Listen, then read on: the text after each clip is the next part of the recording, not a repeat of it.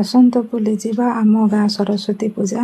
ଆମ ଗାଁର ସରସ୍ୱତୀ ପୂଜା ଆୟୋଜନ କରିଛନ୍ତି ଜଗନ୍ନାଥ କ୍ଲବର ପିଲାମାନେ। ବହୁତ ସୁନ୍ଦର ଭାବରେ ଲାଇଟ୍ ଡେକୋରେସନ୍ କରିଛନ୍ତି।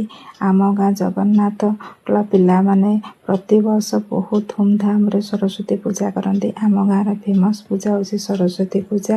ସେଥିପାଇଁ ଆମ ଗାଁରେ ବହୁତ ଲୋକ ଦର୍ଶନ କରିବା ପାଇଁ ଆସନ୍ତି। ଦର୍ଶନ ସାରିକି ଗ୍ରାମବାସୀମାନଙ୍କ ପାଇଁ ଏଠି ପ୍ରସାଦର ଆୟୋଜନ ହେଇଛି। ପ୍ରସାଦ ପାଇକି ସମସ୍ତେ ଯାଆନ୍ତି। ଆଉ ଭଜନ ସନ୍ଧ୍ୟା ବି ଚାଲିଛି। ଯିଏ ଭଜନ ସନ୍ଧ୍ୟା ଦେଖୁଛନ୍ତି ନହେଲେ ଘରକୁ ପଳାଉଛନ୍ତି। ଦେଖନ୍ତୁ ଆମେ ବି ଗଲୁ, ଲାଇଟ୍ ଗେଟ୍ଟେ ବି କରାଯାଇଛି।